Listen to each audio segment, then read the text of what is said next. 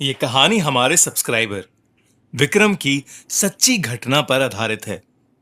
16 जून 2008 की रात 26 साल के विक्रम के साथ एक ऐसा हादसा हुआ जिसे सोच सोच कर वो आज भी चैन से सो नहीं पाता है। विक्रम की नई नई शादी हुई थी और उस रात वो अपनी पत्नी के साथ पहली बार सुहाग रात मनाने वाला था। उसकी दुल्हन उसका बेडरूम में इंतजार कर रही थी।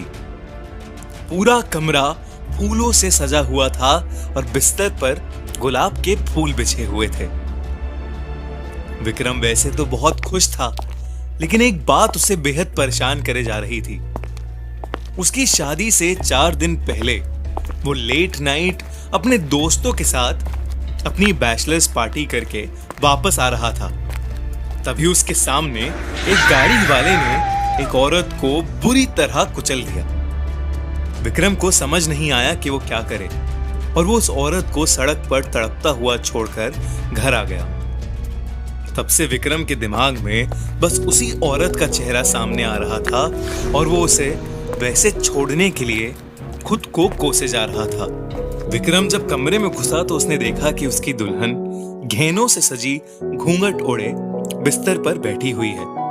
उसके चेहरे पर हल्की सी मुस्कान थी, जिसे देखकर विक्रम अपनी टेंशन को बिल्कुल भूल गया और अपनी दुल्हन के पास गया। पर जैसे ही उसने उसका घूंघट उतारा, उसे उसी औरत का भयानक चेहरा दिखा और वो डर के मारे पीछे हट गया।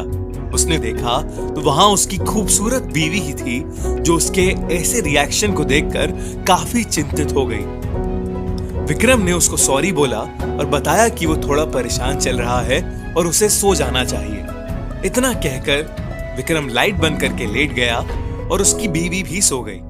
देर रात रूम के अंधेरे में खिड़की से आती हुई एक रोशनी सीधा विक्रम के मुंह पर पड़ रही थी, जिसकी वजह से उसकी नींद खुल गई। जब उसने आंखें खोल के देखा तो उसके रूम में काली परछाई थी, जो धीरे धीरे उसकी तरफ आ रही थी। एकदम से कमरे की सारी लाइट्स ऑन ऑफ होने लगी और वो परछाई बड़ी होती चली गई। अचानक उसके सामने वही औरत खड़ी थी। विक्रम ये देखकर बहुत ज्यादा डर गया और चिल्ला उठा। उसके चिल्लाने की आवाज से उसकी बीवी की नींद खुल गई और उसके लाइट ऑन करते ही उसने देखा कि विक्रम बिस्तर पर बेहोश पड़ा है।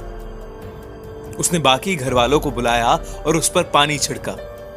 जब विक्रम को होश आया तब उसने 4 दिन पहले हुई घटना के बारे में बताया।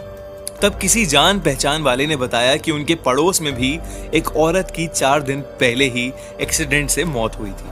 पता चला तो वो वही औरत थी जिसे विक्रम ने वैसे ही छोड़ दिया था। विक्रम ने भगवान से अपनी भूल के लिए माफी मांगी। विक्रम को आज तक नहीं पता कि उस औरत की आत्मा सच में उस रात आई थी या वो सब बस उसके दिमाग की उपज थी। पर उस रात के बाद से विक्रम को वो औरत कभी नहीं दिखी।